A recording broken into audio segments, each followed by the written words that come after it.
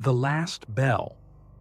The story of Madison High School, or, as the students called it, Mad Hell School, had always been riddled with rumors. Everyone knew about the fire that gutted the old science wing decades ago. It wasn't just the destruction that haunted the place. It was the fact that nobody knew how the fire started, or, rather, everyone had their own version of the story, and none of them were comforting. Lauren was the new girl. She transferred to Madison in her junior year, reluctantly leaving behind a close group of friends and the comfort of her old life. On her first day, the whispers started before she even sat down in homeroom. "Don't go near the north stairwell after dark," one girl warned her in a hushed tone. "They say you can still smell the smoke." "Sometimes you hear footsteps," another boy chimed in. "But no one's there." Lauren brushed it off. She wasn't the type to get spooked easily, and urban legends didn't scare her. It was just a building, brick, mortar, and fluorescent lights. What could possibly go wrong? That confidence didn't last long. It started small. She'd feel a cold draft on her neck while walking to her last class of the day, even though the hallway windows were sealed shut. Her locker door would jam inexplicably, and when it finally gave way, it revealed her belongings scattered like someone had rifled through them. But no one ever saw anything unusual. By the second week, Lauren began to notice the stairs, specifically the north stairwell, a creaky, dimly lit relic that felt far older than the rest of the school. Most students avoided it entirely. It had a strange smell, like burnt wood mixed with something metallic, and the shadows seemed to stretch unnaturally across the walls. One afternoon, as Lauren headed to her locker, she spotted a folded piece of paper sticking out of the vent above it. She hesitated before pulling it out. In jagged handwriting, it read, "Find me. Room 317. After dark." A chill ran through her. Room 317? She hadn't even realized there was a third floor. When she asked her classmates about it, they either laughed it off or told her it didn't exist anymore. "It got sealed off after the fire," one girl explained. "Nobody's been up there in years." But why would someone leave her that note? And why her? That night she couldn't sleep.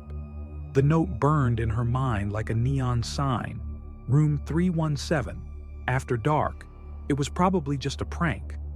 But something about it felt different. The handwriting. The urgency. Against her better judgment, she decided to investigate. The next evening, Lauren stayed late, telling her parents she'd be working on a group project. As the hallways emptied and the overhead lights dimmed to their nighttime glow, she made her way to the north stairwell. The smell of smoke hit her immediately, stronger than ever. She hesitated, staring up at the steps. The third floor wasn't supposed to exist anymore, but there was no mistaking it. The stairs continued upward, disappearing into the darkness. With her phone flashlight guiding the way, she climbed. Each step groaned under her weight, the sound amplified in the eerie silence. When she reached the top, she found a locked door. A rusty plaque beside it read, "Science Wing." She pushed the door, and to her surprise, it creaked open. The air was thick and stifling. The walls were scorched black, and broken lab equipment littered the floor. But it was the silence that unnerved her most. Not even the distant hum of the building's heating system reached this far. Room 317 was at the end of the hallway. The door stood ajar, revealing a faint light flickering inside. Her pulse quickened as she approached. "Hello?" she called out, her voice trembling. No response. She stepped inside. The room was empty save for a single desk, its surface charred and splintered.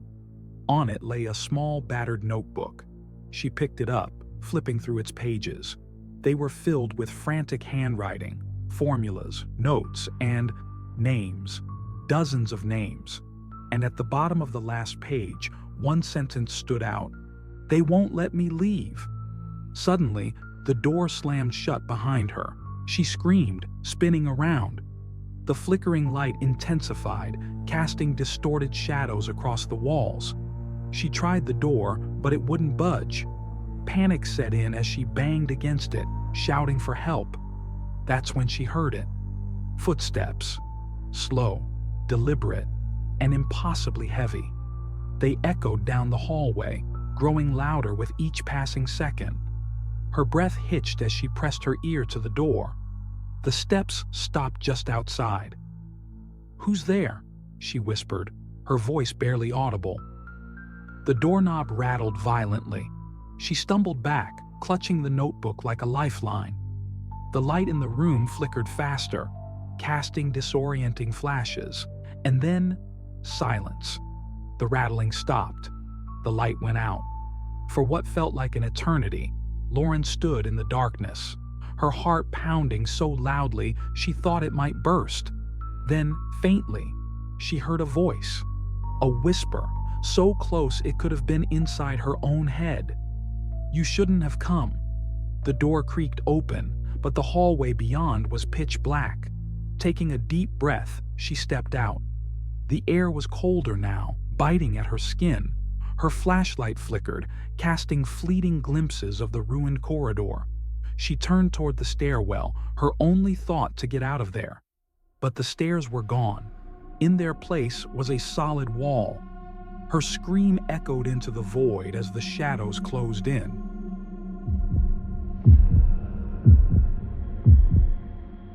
Echoes of detention. It started with a rumor, as these things often do. Cedar Ridge High had its own legend, whispered from student to student over the years. The story went that in the 1980s, a teacher named Mr. Caldwell had disappeared after locking a group of students in detention. Nobody knew why or how, only that the room where it happened, room 112, had been closed off ever since. Officially, the administration said the room was condemned due to structural issues, but everyone knew the truth, or at least their version of it. Samantha, better known as Sam, had heard it all before. The new girl always got the crash course in local lore, and Cedar Ridge's ghost story was no different, but Sam didn't scare easily. She loved puzzles and mysteries, and she'd cracked tougher cases than some abandoned classroom. As far as she was concerned, it was all just an overblown tale to freak out freshmen. That was until she got detention herself. Sam wasn't exactly a troublemaker, but her sarcasm had a way of rubbing teachers the wrong way. So when Mr. Elliott caught her doodling in the margins of her math test instead of solving equations, it earned her a one-way ticket to detention. "Room 112, he said with a smirk, handing her a pink slip. "Good luck." Sam raised an eyebrow. "Seriously? I thought that place was off limits."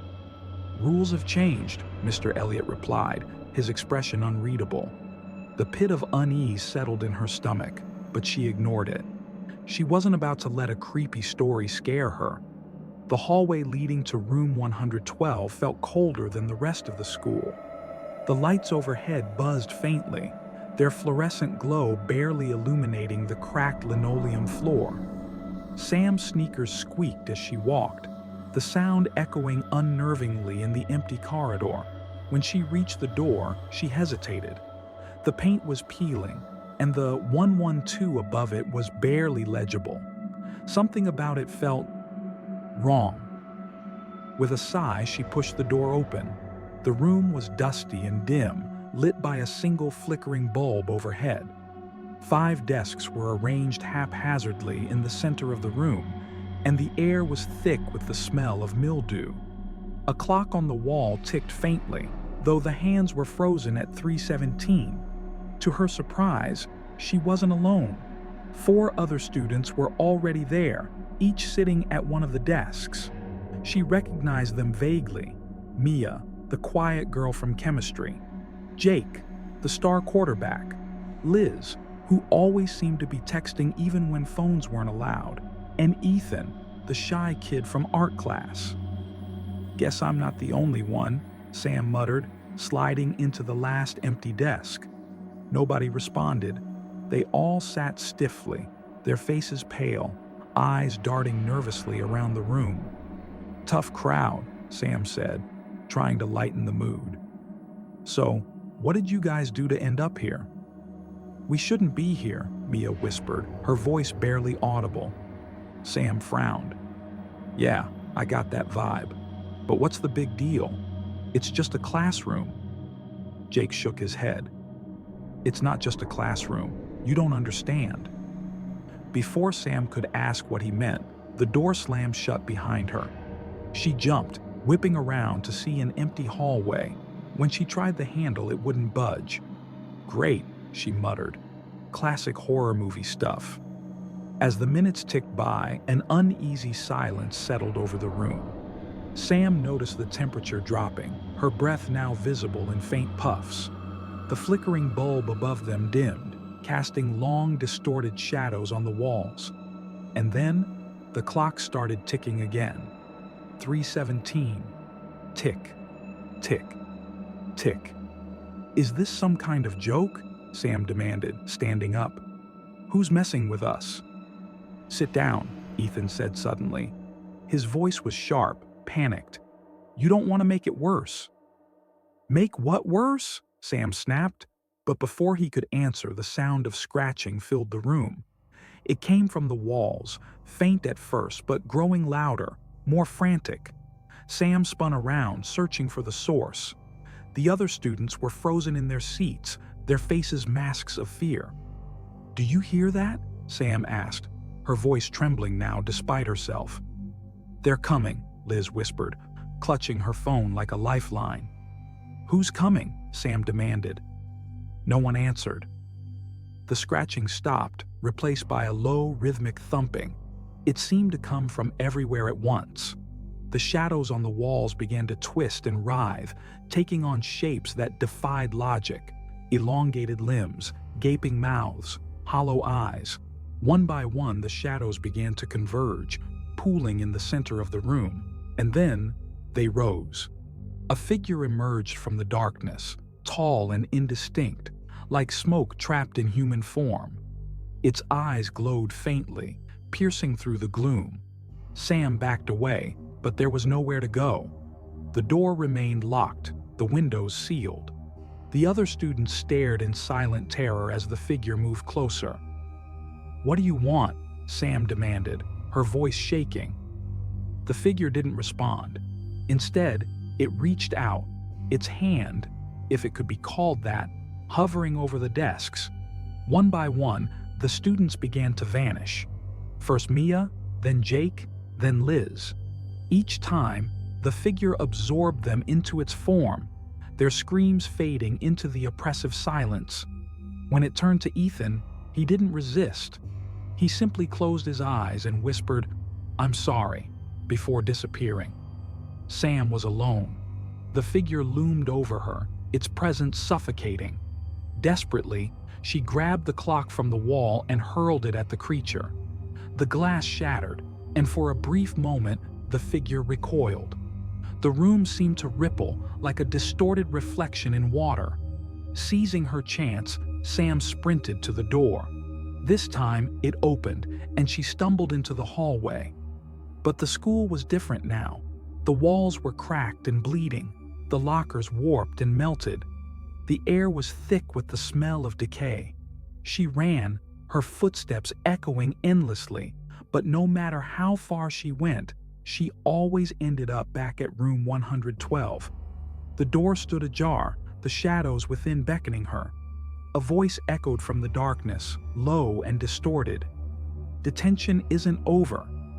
Sam took a step back, but hands, cold, unseen hands, pulled her inside. The door slammed shut, and the clock struck 3:17 once more. She was never seen again.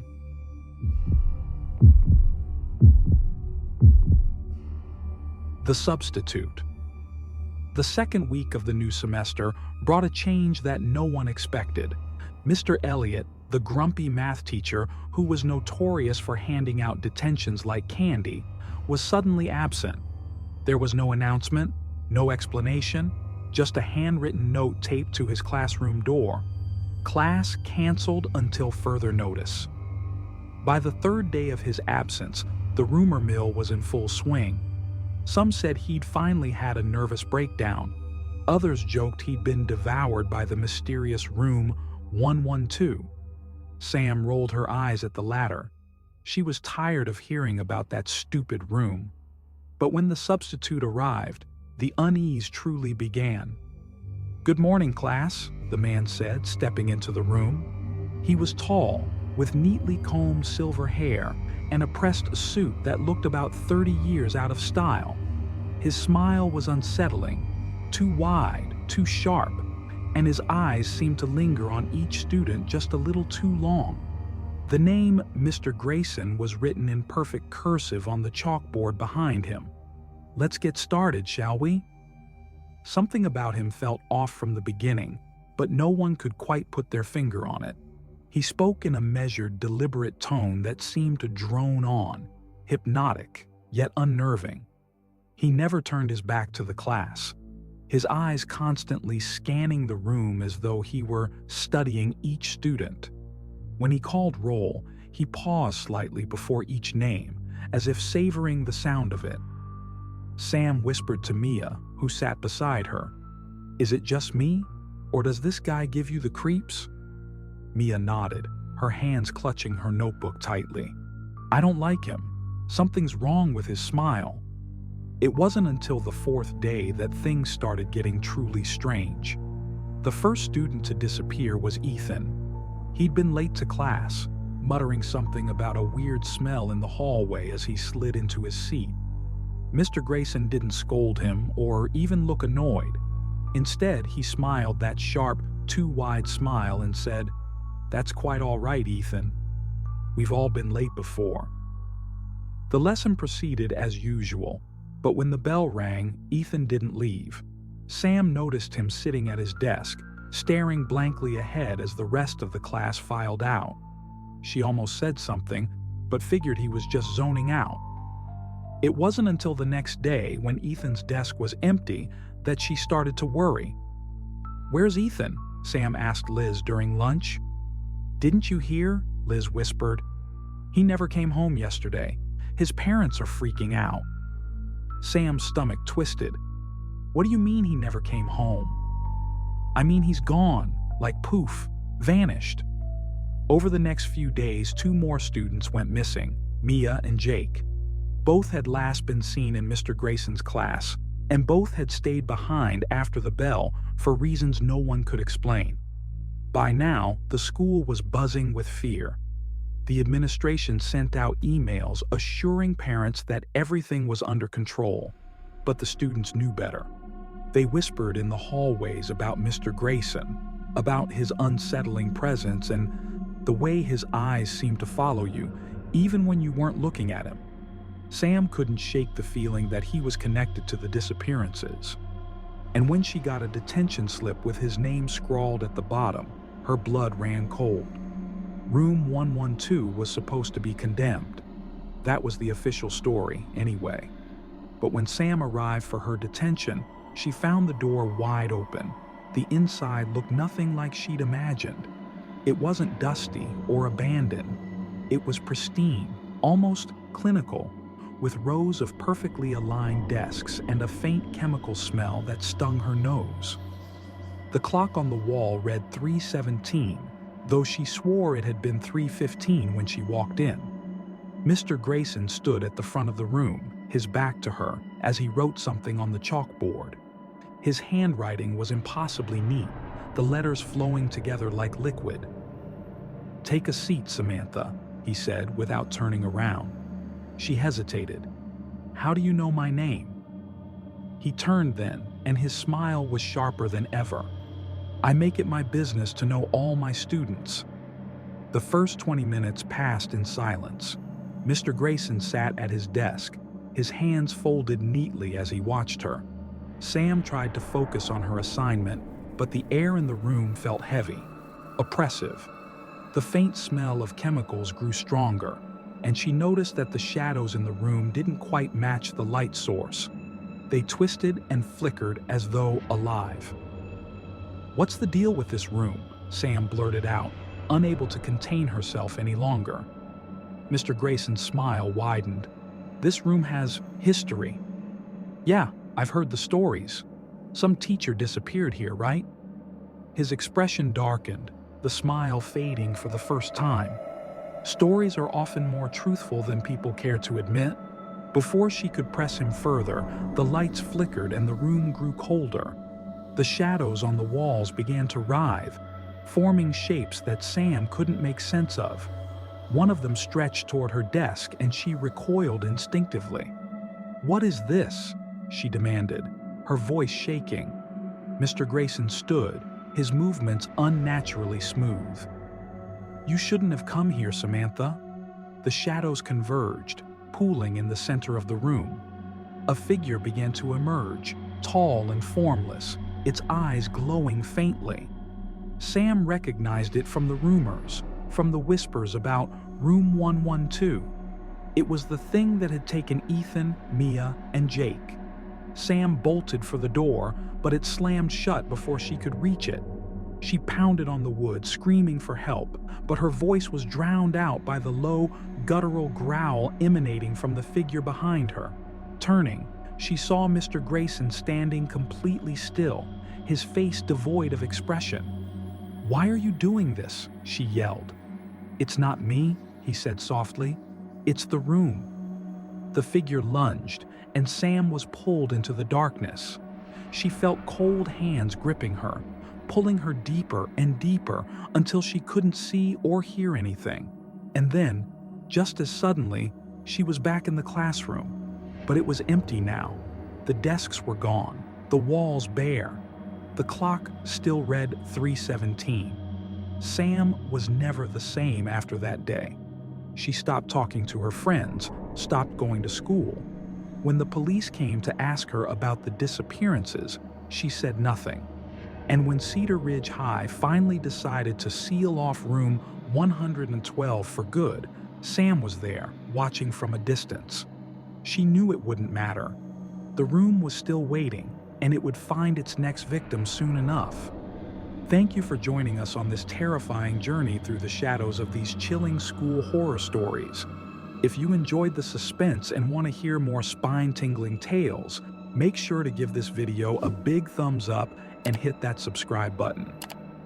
Your support inspires us to create even more haunting content and share these eerie stories with you. Have your own scary school story or thoughts on these tales? Drop a comment below. We'd love to hear from you. And don't forget to turn on the notification bell so you never miss a new video. Together, we can uncover even darker secrets and bring you more nightmares to keep you up at night. Stay brave, and we'll see you in the next video.